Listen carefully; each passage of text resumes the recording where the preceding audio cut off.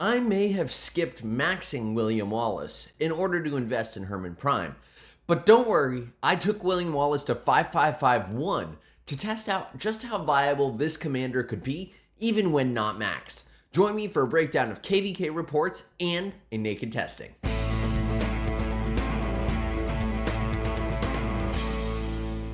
Now, coming to this video, you may be wondering, is William Wallace worth investing in? The easy answer? Yes. But let's actually talk a little bit more about William Wallace. I originally was planning on maxing William Wallace as soon as he landed in game because his skills are absolutely spectacular.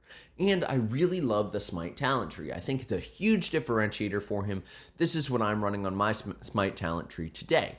Now, I not only thought I was going to max him, but I started using him in combat. Now what happened was I ended up maxing Hermann Prime in order to really benefit the rest of my marches. If you're curious about that decision, be sure to check that out on the top right side of your screen. I did a full breakdown explaining why I did that, and honestly, I think it was the best decision for me. But I did have a bunch of leftover gold heads, and I wasn't sure if I was ready to max William, and honestly, I still don't have enough gold heads to max William. But I wanted to get some experience with this commander to figure out if he's actually useful at 5551. Now, there are a lot of commanders in Rise of Kingdoms that you can use without maxing them. Guan Yu is a perfect example. I know a lot of people that have 5551 Guan Yu and do great with him. So, is William Wallace one of those commanders, right? He's a brand new commander, he's pretty good, and you may want to be using him for that Smite tree. Now, the one downside is that fourth skill of his does give you an additional 5% smite damage bonus and an additional 8 normal attack damage bonus, which also equates to smite damage when you have it maxed. So, should you be maxing him? Absolutely. I think his expertise is also pretty good. He does provide a shield, which could be handy if you're also running Guan. Is it the best expertise in the world? Honestly, probably not, which is partly why I was not so excited to max him. Now, that said, I have heard Hermann's expertise is not that good either. Fair. So let's talk about William Wallace and how he actually fared at 5551. So I did a full testing of this commander, same as I do for all of the others. If you want to check out some of the others, I'll be sure to drop some in the description and you can go check them out.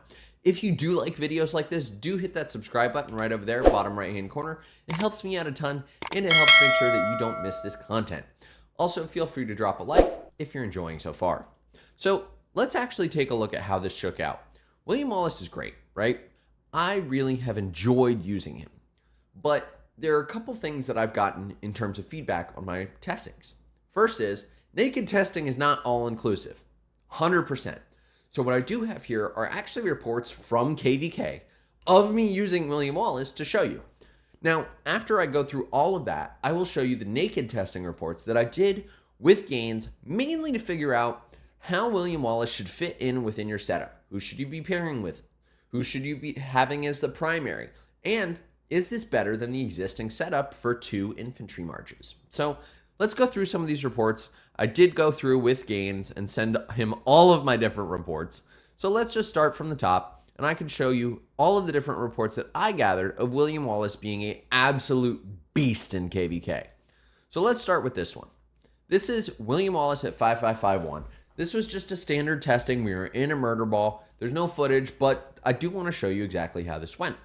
William Wallace I was using a troop expansion, and that was really about it. There was nothing terribly special here. I had some support skills on, but overall, he did spectacularly. And what's really interesting about this to me is actually that this guy was using archers. And I would expect in a typical world that infantry would be losing to archers, but I did have more troops than him, and it's very possible that I also had better tech. So maybe this is just a one-off, right? Maybe I should be looking at some of the other reports to see if this is really making a difference. So I did. So let's go back over to my reports with gains. Let's scroll all the way up to figure out if it is just a fluke or if William Wallace is actually really good. So here's another report. As you can see, I was actually swarming, I think, a structure in this one. And so just let's take a look. I was hit by a Guan Yu with Scipio, which had way more troops than I did, but I still traded positive. Now here's another one. I was hit by a Luce Alex, I didn't trade quite as well. That's all good. But what you're seeing here is actually that, generally speaking, William Wallace Luce was really swarm-proof, and he really shrugged off a lot of the damage taken. And this, I think, can be attributed to some of his other skills. So if we come and take a look at him, I believe he has a skill within either the talent tree that makes it so whenever he takes damage, whenever he is taking damage, he will deal extra Smite damage to up to 3 enemy commanders currently attacking this commander's tree, which actually made William Wallace really swarm-proof, because whenever he takes damage, he's pretty much putting it right back out, which is what we're seeing primarily here. I don't know that I was actually targeted in this scenario, but William Wallace actually attacked back and dealt more damage. What this means is if you're using William Wallace Luce and you have a huge march, I'm talking over 400k troops, you're probably going to be trading positive the gross majority of the time, because if anyone attacks you, you're going to be hitting them back. And I believe that's even if you're hit by AoE, just based on the reports that I'm looking at right here. Now, I'll also show you the norm. As you can see, the majority of these reports that I shared with Gains were positive. William Wallace did really well a lot of the time. Here's another one with Mons, who is one of the leaders of TL68. Now, what you'll notice here is that I still traded positive, and I believe I was swarmed here. There's a whole short where I think I show off how we lost this battle. But what's interesting to me is I actually did pretty well.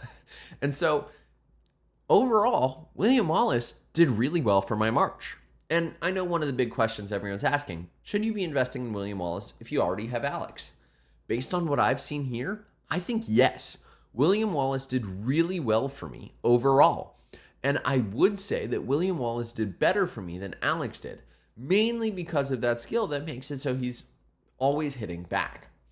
I also do like the Smite talent tree. I think the Smite talent tree is really well differentiated, and I think it made a difference for the combat that I was going through. And hopefully this gives you some real insight into how he can be used in-game, as we're talking about using this commander in real KVKs. Here we go. Here's another report. As you can see, I did great, and I wasn't just cherry picking this. Since I invested in William Wallace, which was right before King's Land, he immediately gave me almost 1 million kills in one day. Just him. That doesn't include Luce. William Wallace alone almost gave me 1 million kills. Now, to put this into perspective, I maxed Hermann right around the same time, and I ended up getting 2 million kills because he's maxed. But William Wallace at 5551 is a much cheaper investment. What we're forgetting here is I'm saving almost 300 heads by bringing him to 5551 but not expertising him, which means for my bang for my buck, I'm putting in about half as much in, and I'm getting a pretty good amount out. I'd say probably better than I did with Alex. Now, if you guys want to see more of these reports, be sure to join the Discord. I'm happy to share them there. There are a bunch, but the general norm, as you can see here, is I was consistently trading positive, and I think some of these were reports of gains with William Wallace as well. I was consistently trading positive with William Wallace as primary behind Luce. Now, the question is, how does this also transfer to our naked testing, right? KVK battles have a lot of different variables. There's my equipment that I was using, which I'm happy to show you guys. I can pull that up for you now. There's also all of the KVK tech. There's the different buffs that you can be getting in the field from your other marches. So it does make a difference. And this is my equipment that I was using on William Wallace. It's pretty good, but it's not spectacular. So that does make a difference. But what about if we actually take it to a naked testing and take a better look at how this all works? So I did that. Gaines and I did Scipio Luce as our baseline, right? Because this is one of the best infantry marches in the game, and I wanted to see if you're splitting Luce out from Scipio, are you making a mistake? Because Scipio Luce is great, and a lot of people are running Luce Alex, but you could, in theory, be running Scipio Luce and Guan Alex or Guan Sargon. So there are options. But as you can see, I did pretty well in this test. This was last night. We used 100k T5 and 100k T4 as a mixed march. This is super representative of what you might see in a KVK from a normal player. Not a whale, but that's totally normal. And he used the same. And we used Zug Hermann actually because we wanted to test it out against the strongest archer march, because the archers are the ones that are going to be coming and trying to kill you in combat. And overall, this was really close. So how did it change once we added William Wallace? Well, here's Luce Alex. It got absolutely decimated. So it did not do nearly as well as we did when we were using Scipio Luce.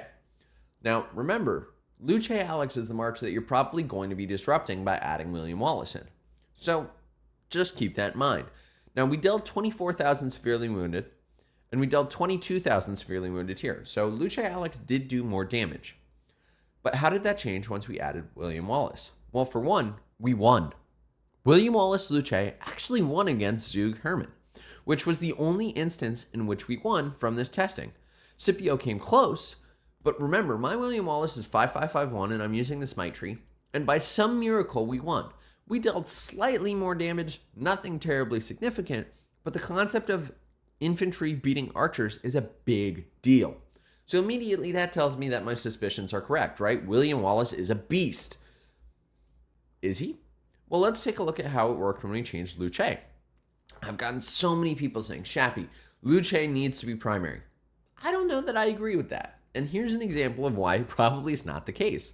So with Luce, I dealt way less damage. I'm talking 2,000 less damage. He took 2,000 less severely wounded, and I took just about the same, maybe slightly more, but let's be honest, it's nothing statistically significant. So William Wallace was obviously the better primary here. And yes, there is some variability that we're seeing from the different skills that Zhuge Liang and Hermann have. But again, you also have to account for that when you're talking about fighting these marches in the field in real combat. So I think this is actually pretty representative. So what should you be taking away from this? The original question was, is William Wallace viable at 5551? And should you be considering benching your Alex and starting to use William Wallace? Well, I think you probably should, because Luce Alex is going to take a lot more damage. Yes, you do deal a little bit more damage. As you can see, I dealt more damage, but I didn't win the battle. And winning the battle is really important. And the damage I dealt here is not statistically significant. I mean, you see the difference in power loss. It's pretty negligible. And William Wallace, you can continue to invest in. I don't see any reason why you wouldn't continue to try and max him down the road. So overall, I'm content with William Wallace at 5551. I think he's a really valuable investment, and I think he also helps you get Alex on the bench. Now, the other thing is, I don't expect that William Wallace is going to be targeted first in combat, which means that you're going to be able to pop off these skills a lot more frequently. And if you're in the field for longer, I do expect that that first skill from William Wallace is actually going to make it so you're dealing a bunch more damage to attacking targets. So overall, I really like this pairing. I love William Wallace. I'll probably end up maxing him. But the big question was, is he viable at 5551? My answer is absolutely yes. I hope that you guys have enjoyed. If you have, drop a like on this video and be sure to hit that subscribe button right over there, bottom right hand corner, so you don't miss any more content. I have a ton of great stuff coming. Thank you all. Shappy out.